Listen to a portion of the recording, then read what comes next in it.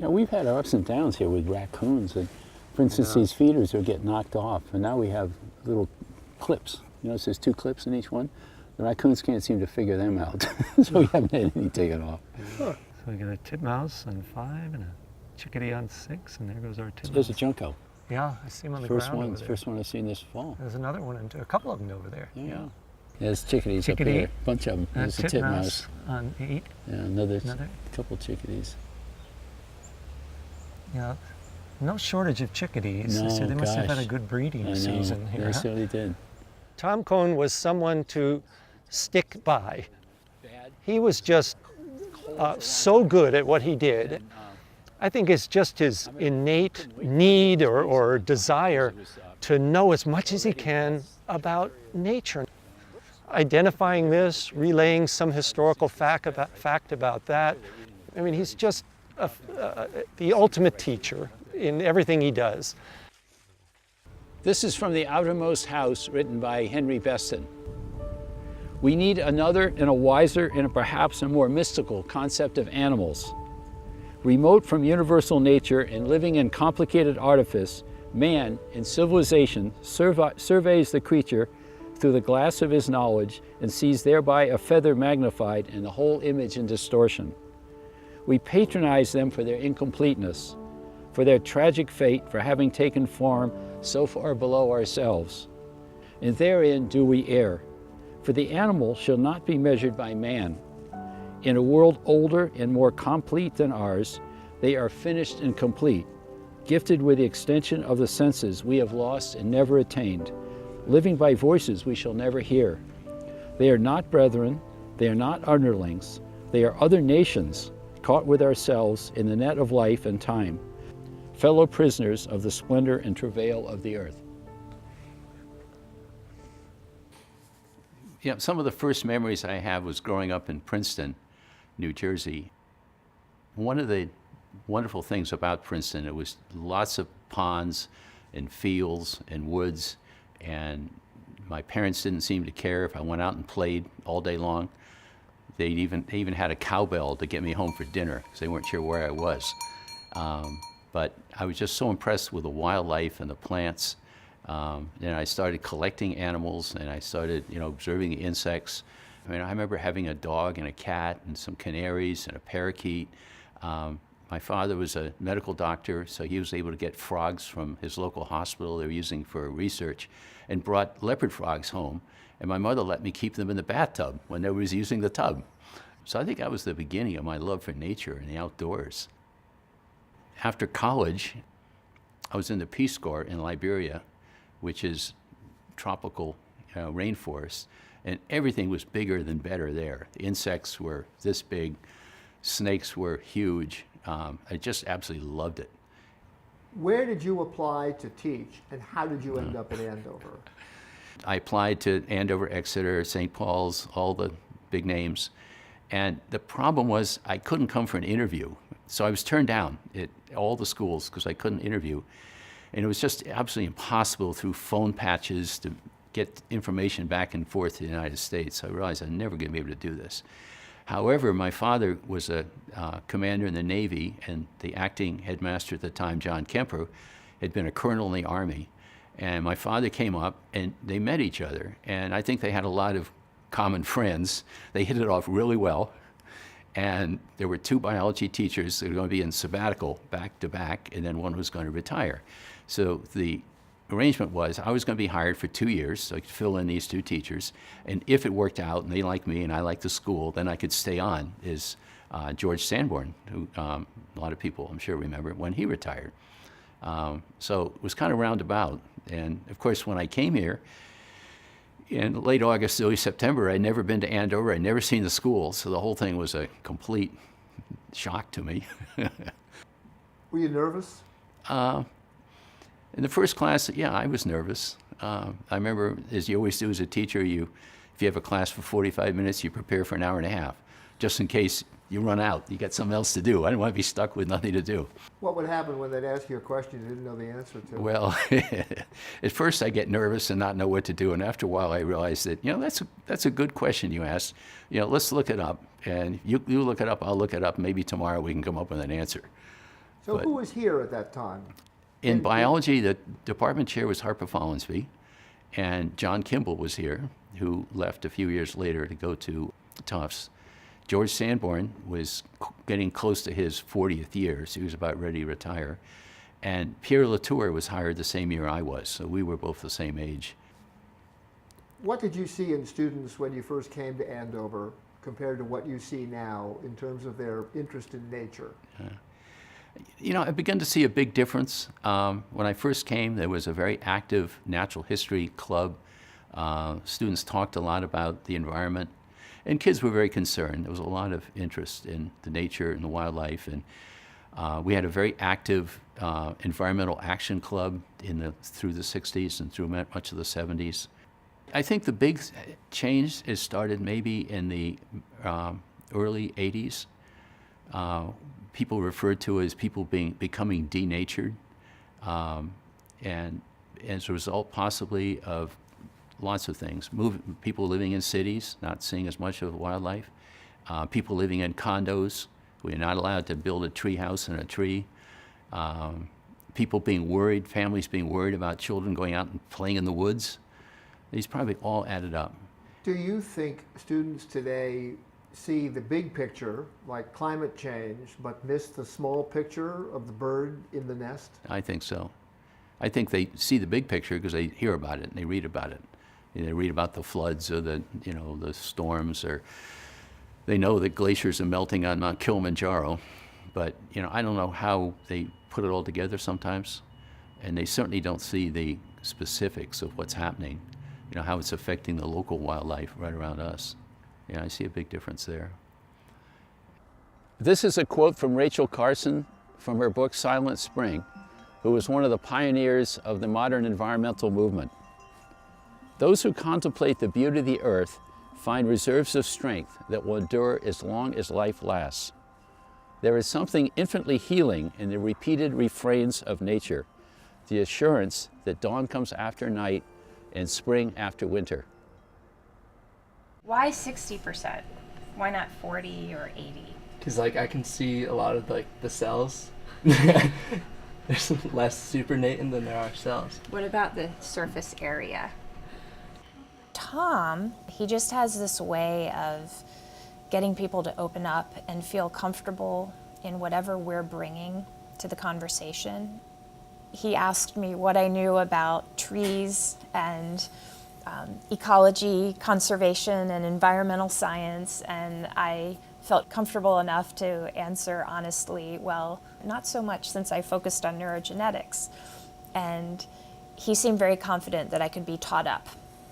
And so he very nonchalantly invited me out for a Sunday afternoon stroll on campus.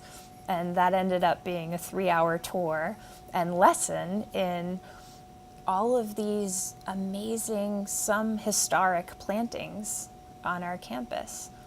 It just started this wonderful relationship where I was an adult student of his and colleague. What was the campus like when you first came here? Yeah, when I first came, it was very organized, very neat, very well pruned, and that was about it. Everything was green. In order to get kids interested in the environment, you got to have something more than just green. You got to get some coloration and colors in there in one way or the other. So people did start planting cherry trees. People were planting bulbs in various places. Liz Ann Chapin, the wife of Mel Chapin, our trustee, head of trustees a number of years ago, paid for just a wonderful planting in front of Sam Phil that's still there with 2 huge magnolias that bloom early in the spring, a lot of colorful rhododendrons. And this is one of the reasons I try to have the cherry tree cookie festival, just to remind people that, this color, it's beautiful. And I think this has made a big difference. Tell me about the cherry tree cookie festival. That was the first thing I heard about you. What started it all? Well, I think it all began when the science building, Evans Hall, was built. The cherry tree, which wasn't much taller than I am at that time, was blocking the view to Evans Hall. And one of the people in the administration wanted to have it cut down because they thought we're not seeing Evans Hall as well as we should. When perhaps the trend was to build a fancy new building. Tom reminded the school and the people who were making decisions about siting buildings the importance of bringing in the natural history as well and conserving it. He fought and saved our cherry tree, not once but twice. Everything was then very quiet. The tree grew. It was beautiful every year until this building was built. And it was kind of hiding Geld, so they wanted to have it cut down. So again, big commotion, lots of fuss.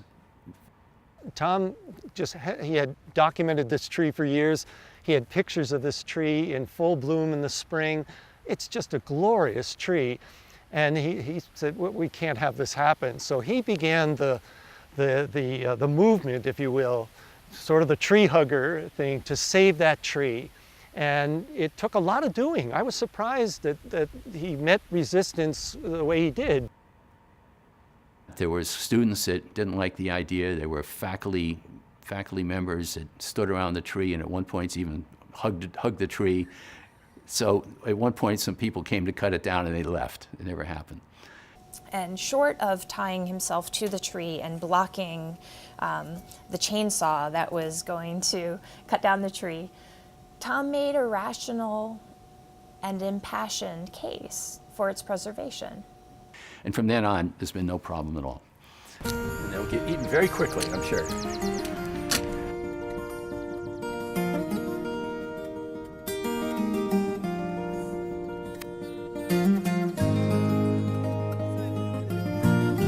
Take some cookies. You hungry? Yeah. Yeah, go right ahead. And take a look up over your head. A beautiful cherry tree. And I think it's in full bloom right now, isn't it? Yeah. But I just thought it was a great way to get people to see this tree, to have the cookies. Help yourself. And it's just been very successful. Kids love it. And, you know, that's the way to everybody's stomach. And when they get cookies, I just say, you know, look up above. You just check out the tree above us, and all they always do is say it's beautiful. Hi, Jill. Good morning. How are you? It's perfect. Isn't it nice? I know. We had a good day, didn't we? You're lucky. It's perfect.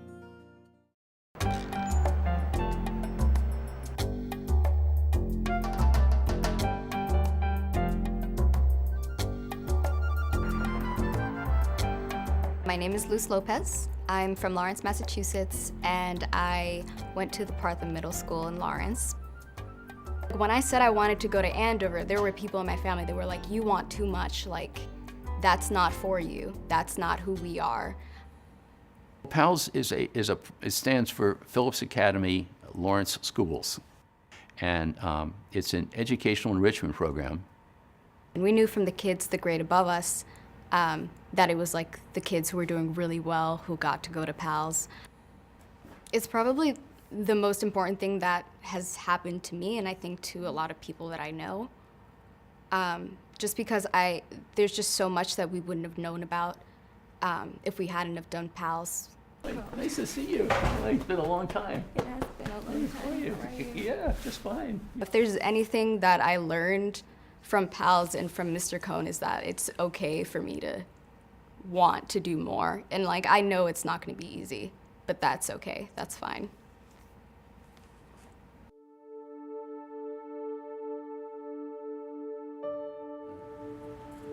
Being able to recall the name of a species of fish, a type of rock, a valley name or a landscape, or a human-designed structure helps us to organize and to remember information about things. Details and stories, recollections that further deepens our connection and ultimately our caring about them. Names then are sort of like placeholders. They provide us the opportunity to share and call forth additional texture and meaning. How do you answer the question of what makes Andover so exceptional? I think the teachers are just excellent. You know, even though I know I'm retiring, I'm really happy to see a lot of the young teachers that have been hired. I mean, the school's going to continue on a great course. You know, the interest, excitement, the fact that they like the students, they get along well with students. The students are wonderful. They keep you young. They ask you a million questions. I find it interesting as I get older, they ask me more questions than they used to. And I think they listen better. They really want to know, how do you feel about this? And students have lots of interests. I mean, the denatured side is something that we can all work on. It's not their fault. I would look at the legacy aspect of Tom through the eyes of a department chair who would say, okay, I need somebody to teach microbiology this term. Oh my goodness, Tom can do that. I need somebody to teach botany. Tom can do this. I need somebody to teach ornithology, ecology, physiology, oceanography. On a moment's notice, Tom can fill in on any class. If somebody's sick on a day and the department chair says, can somebody cover this class? First of all, Tom's the first with his hand up. Second is, well, here's what they're going to cover. And Tom says, oh yeah, I can do that. I can teach about, the octopus or the circulation through through a bird heart. Or he's phenomenal. He really is. He ought to be a textbook or a set of encyclopedias because he's just, I think his legacy is going to be, there's nobody like him. Acorn, baby? No, it's not a baby acorn. You know what that is? Those are leaves for next year. So they've already kind of gotten ready for it. And they have scales on it. They're going to keep it dry and protect it all winter long so the snow won't kill it.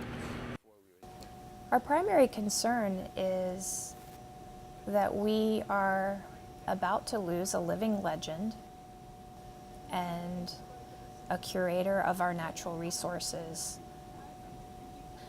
And in brief, it's on us. It's on us as a biofaculty. It's on us as an institution to be good students of Tom and to keep sparking their curiosity the way he does. What kind of leaf is that?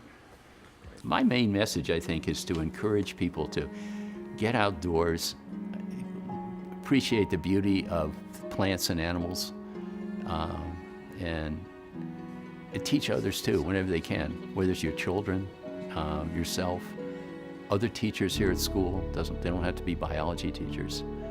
But I think this is so important in this world where a lot of people have been away from nature and they don't see it.